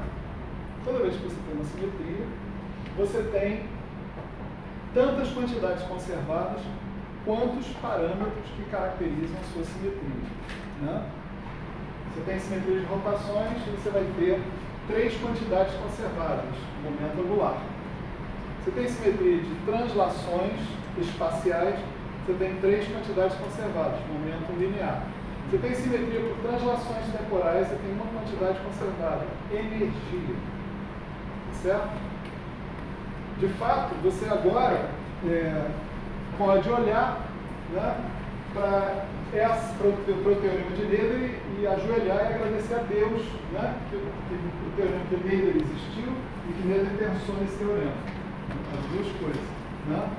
Porque agora você sabe o que é energia, você sabe o que é momento, você sabe o que é momento angular. Antes você não sabia. Tá certo? Energia, momento angular. Estou brincando, quem você não sabe. Energia, momento angular são quantidades que são conservadas em função de simetrias básicas do espaço-tempo. Tá certo? Então você mexer com a conservação de energia significa você mexer com a invariância por translações temporais. Significa você dizer, no espaço vazio, não existe equivalência entre um instante de tempo e o outro instante de tempo, o que é muito estranho. Está entre nós. Então, o teorema de Löderer é uma profunda razão para você confiar na conservação da energia. Você está confiando numa outra coisa, você está confiando na invariância translacional do tempo, né, na natureza. Né? Ao mesmo tempo, eu pelo menos quando eu estava na graduação, né? Não sei, eu ia falar ensino médio, eu estava na graduação. Eu tinha grandes problemas. Como é que você calcula a energia desse sistema? Bom, sei lá, vou pegar as partes do sistema que eu conheço a energia e vou somar tudo. Né? Era uma pista. Né? Aí eu sempre fiquei, esse negócio não é sistemático. Né?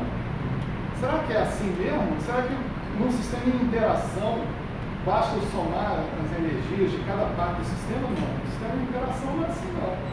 Entende? E como é que é, então, no final das contas? Né? Como é que é o momento? Como é que é o momento angular? Né? No sistema geral? Né? Quem respondeu essa pergunta para mim foi o teorema de Löderer. O teorema de Löderer falou, cara, essas quantidades são conservadas no seu sistema? São. Então, elas são em função de uma certa simetria. Entende? Se você souber que simetria é essa, você sabe calcular esses objetos aqui agora. Isso aqui é mais do que dizer que existe. Não é um teorema de existência e unicidade. Isso daí é um teorema de existência e unicidade e quem são, quem é a energia, quem é o momento angular. Você pode usar essa fórmula que está aqui para calcular todas essas quantidades conservadas que te interessarem. Certo? Sensacional. Está entre nós. Tão sensacional e a gente vai acabar com ele, né? Ao longo do curso. Não vamos acabar com o teorema de Löderer, droga. O teorema de Löderer vale para sistemas sob essas condições. Por isso o teorema de Löderer não deixou de ser válido. Né? Ele está válido para circunstâncias clássicas, vamos dizer assim, clássicas, mesmo esse clássico com H cortado no meio. Né? Agora, para circunstâncias quânticas, a gente vai ver que a gente vai ter que atualizar, né, as condições sob as quais eu espero ter quantidades conservadas em função de uma certa simetria. Tá?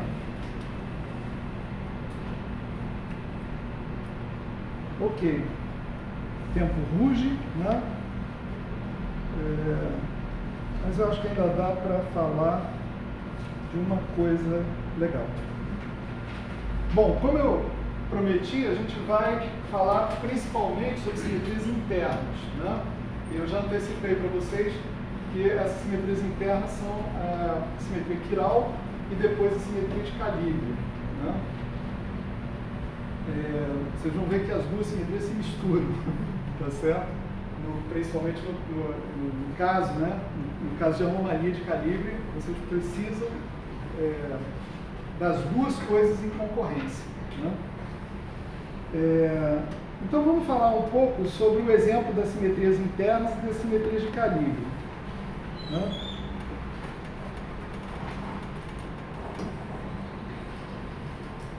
E aplicar o teorema de Noether para essas simetrias, né?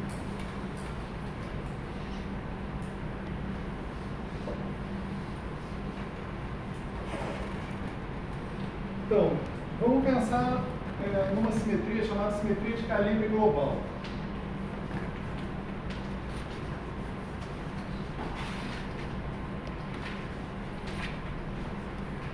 Aqui eu vou imaginar, né, uma ação envolvendo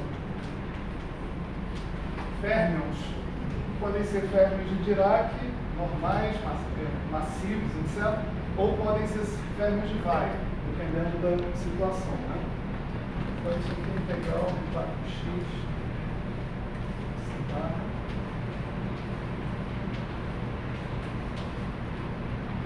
Certo? Isso aqui é o que nós definimos como sendo a nossa lagrangiana. A simetria em questão, né, vai ser essa daqui.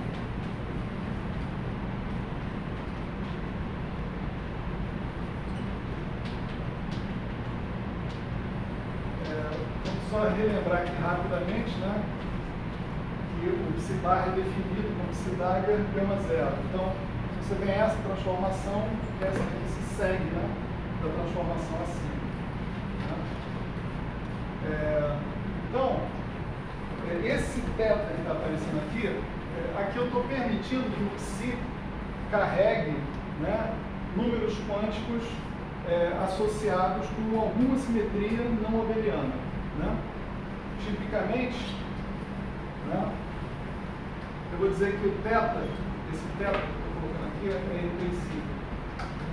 Uma certa combinação linear dos geradores dessa simetria.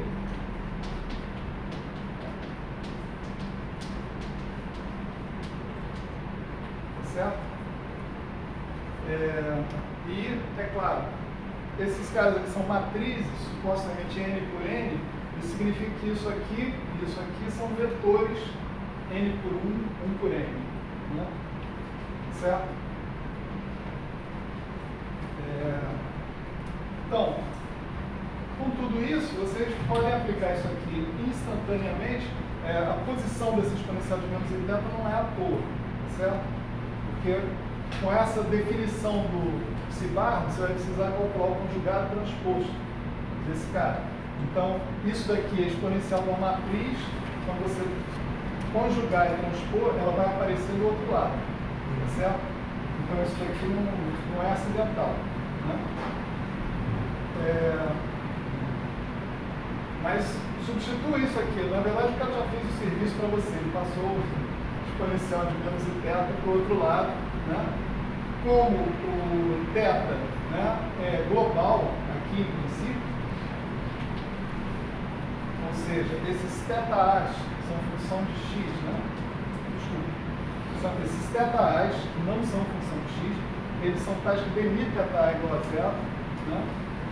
Então, θ é global, então você não vai ter obstáculo nenhum em atuar com o derivado e passar com o derivado por cima do exponencial de θ. Então, essa exponencial de θ que está aqui vai cancelar com essa daqui e vai deixar aquela lagrangiana invariante rapidamente se a gente viu, não precisa nem fazer a conta. Né? Ok. A nossa corrente de Noether, nesse caso, ou as nossas correntes de Noether, elas vão ser, né? Agora o lambda é igual a zero, você tem uma simetria interna, né? Então você tem dl, dd psi, delta psi. Delta psi vai ser menos i, delta θ, delta θ, ta psi. Você tira os θs da jogada, que nem a gente fez ali, a gente tirou os parâmetros daquela lei daquela divergência, e sobra esse cara que está aqui, né? E isso aqui, se você substituir dl, dd psi na história, você vai obter i psi bar menos ta psi. Né? Então essas são as correntes de Noether, né, associadas com essa simetria de fase global não abeliana. Certo? Abeliano, não abeliano quer dizer se uma transformação do grupo corrompe com a outra não é comum. Né? Não tem que colocar alguma condição extra sobre a matriz gama e o teta não aí? Matriz gama? Porque ela atua em espaços diferentes. Né? Por exemplo, gama mi, então gama mi alfa beta, e ela vai atuar, por exemplo, no índice beta, certo?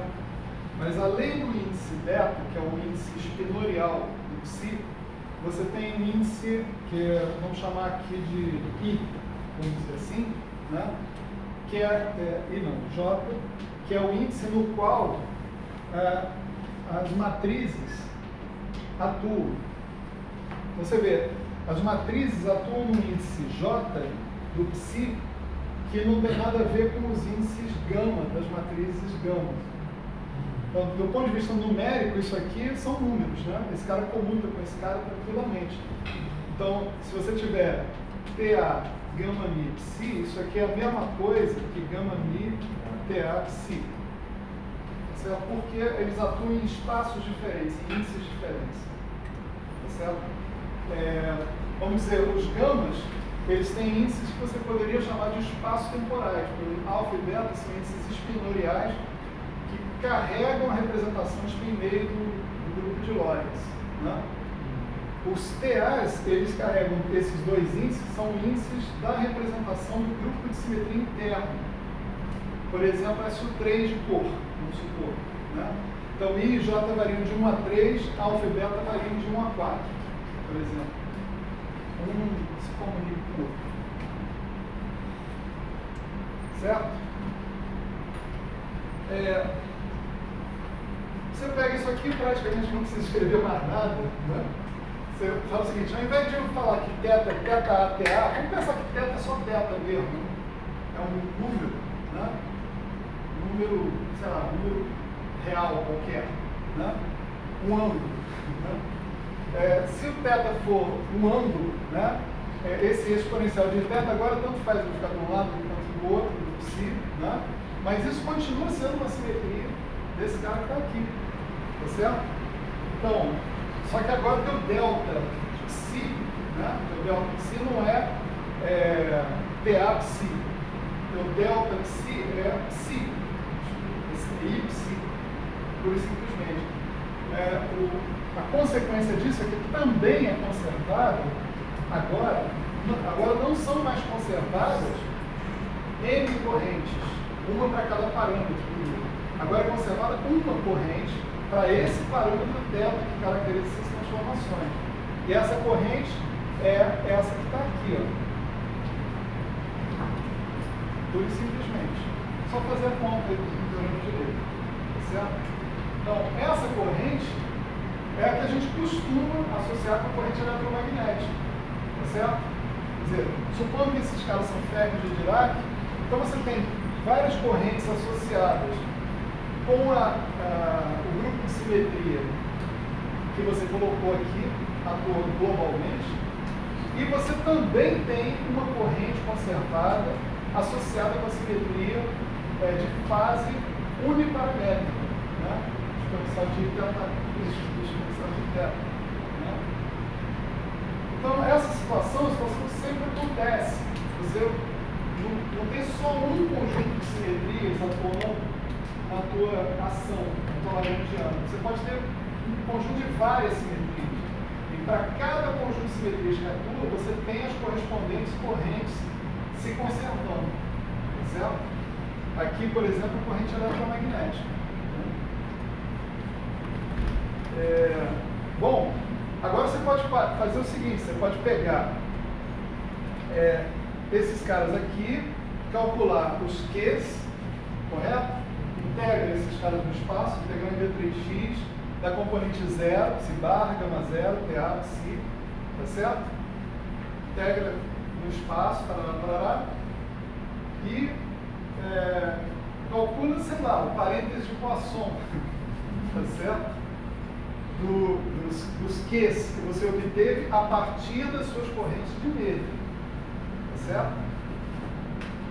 Se você quiser, você pode já fazer uma coisa um pouquinho mais avançada. Você pode falar assim, olha, tem relações de comutação canônicas, né? Vamos supor que agora eu trago esse campo psi como um campo quântico relativista. Então, qual é o comutador, ou qual é o anticomutador, né, desse cara consigo mesmo? Eu vou obter isso a partir dos parâmetros de Poisson clássicos, vamos dizer assim, da minha teoria. Então, eu imponho os comutadores, penso nesses caras como operadores, né? E posso fazer a relação de comutação das cargas. Adivinha o que a gente obtém? Né? Você vai obter isso aqui, ó.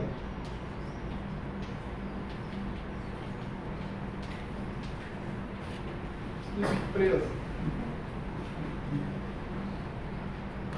Então, as correntes de Nether que a gente obteve classicamente, quando a gente promove para operadores, formalmente, ao menos, satisfazem as mesmas relações de comutação que caracterizam um grupo.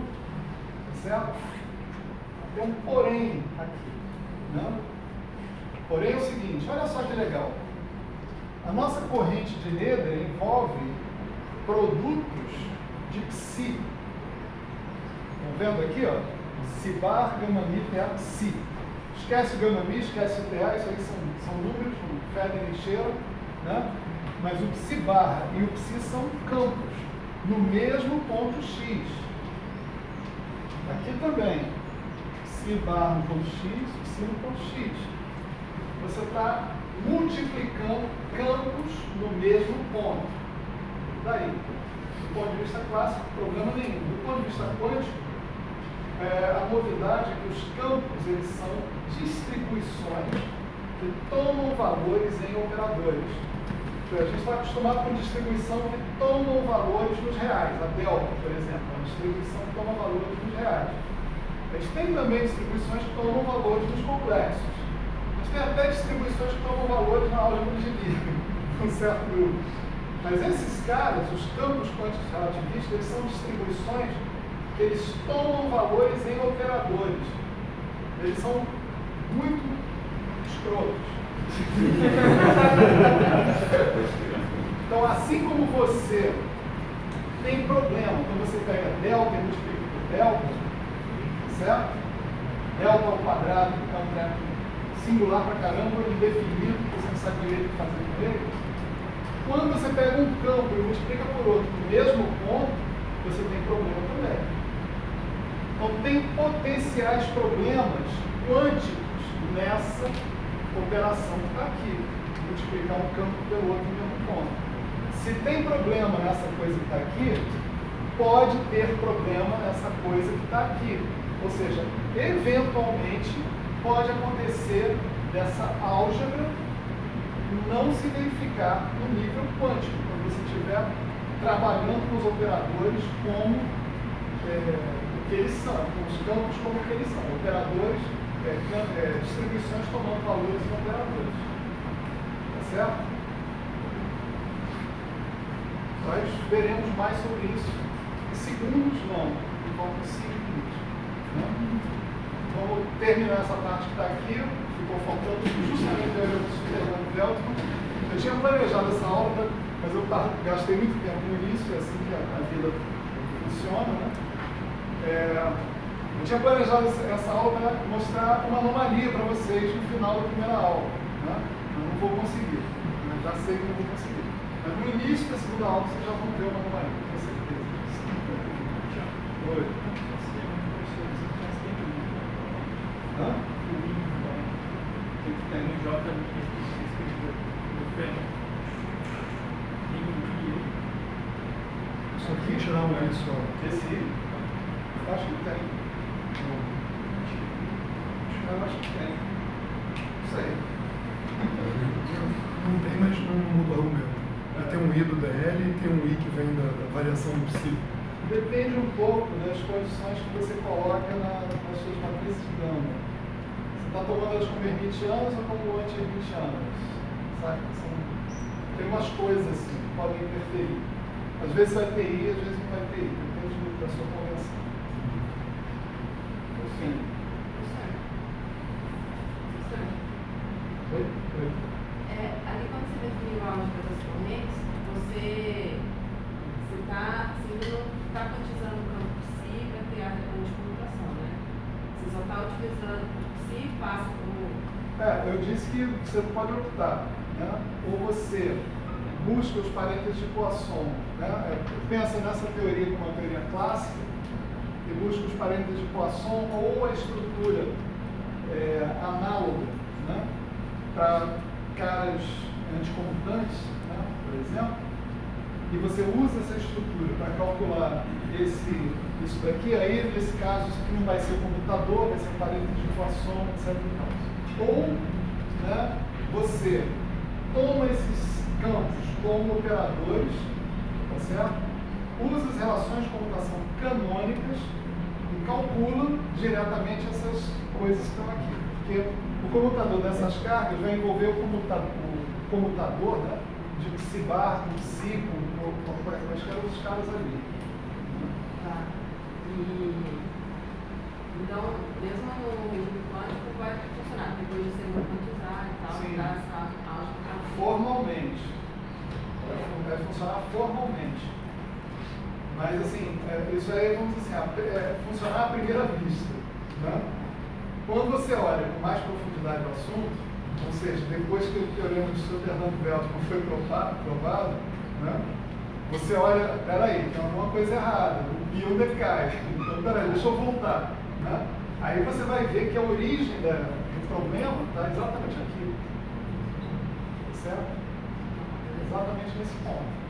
A gente não vai entrar nesse particular, porque é um negócio bastante intrincado, envolve as álgebras de correntes e tal. Mas eu vou tentar mencionar no início da aula que vem, pelo menos assim, os argumentos, né, que foram dados nessa direção.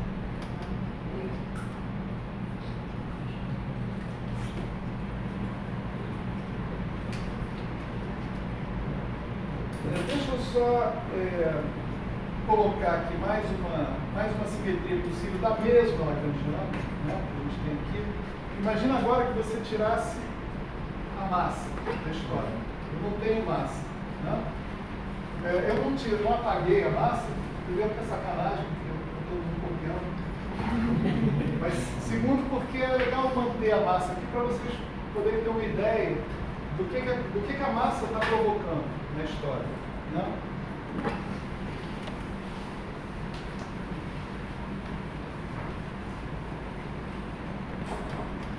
Suponha agora que eu faça essa transformação de simetria aqui.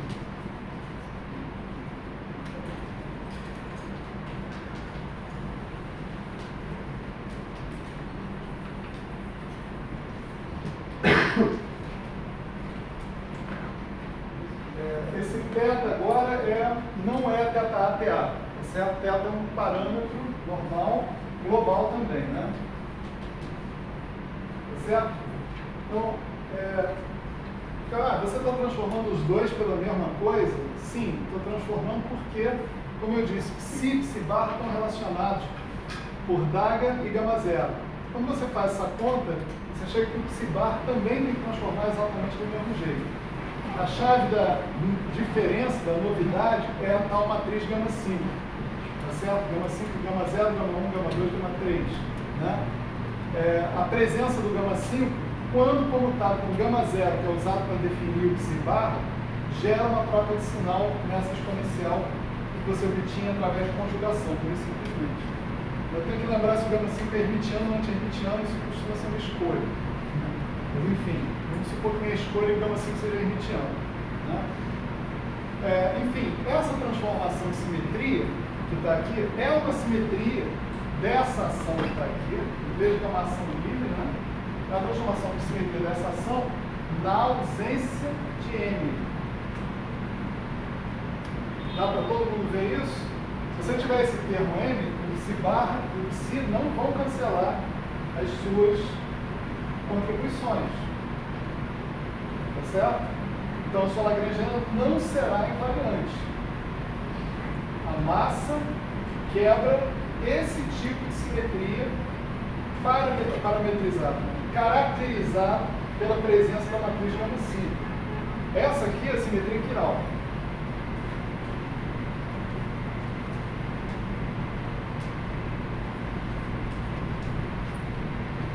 Na presença de massa, acabou a simetria quiral. Não tem simetria quiral. Se você pegar agora... Mas se você escolher uma só F, por exemplo, fica, né? Mas aí não pode ter massa. Você não pode botar um termo de massas para ferros de Weyl. Tipo assim, todo cara do tipo se barra L, se L, ou se barra L, se R, são sempre iguais a zero para ferros de Weyl. Então é proibido ter um termo de massa para ferros de Weyl. Tá certo? Isso é importantíssimo. Né? Por isso que não tinha massa para o neutrino, originalmente, né? No final das contas. Ou não tinha massa, coisa boa. O Jμ fica conservado por essa simetria. Quando você não tem essa massa, não tem, tá certo? É esse cara aqui, ó. É um cara que eu vou chamar de Jμ5. Que é I, se barra, gama I, gama 5. Essa é chamada corrente quiral ou corrente axial. Quase todo mundo chama de corrente axial.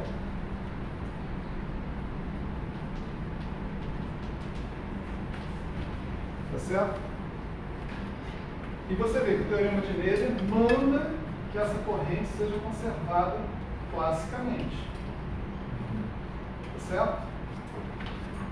Aí, você leva isso para a sua teoria quântica e você se ferra. Tá certo? Esse é o ponto. Né? Então, acho que é isso. Né? Teoricamente, né, a escola deu uma recomendação para a gente fazer uma aula de 1h30, né? E deixar os últimos 30 minutos para conversar, para fazer exercícios, ou para fazer um brainstorm coletivo, alguma coisa assim, né? Mas a gente se divertiu tanto hoje que eu perdi completamente a noção. Vamos ver se eu consigo, nas próximas vezes, né, reservar um tempo, não vou garantir que seja meia hora, mas um tempo, para a gente poder fazer uma discussão nas oportunidades de alguma coisa que a gente queira. Tá bom? Obrigado a todo mundo. Até amanhã, 10 horas da manhã.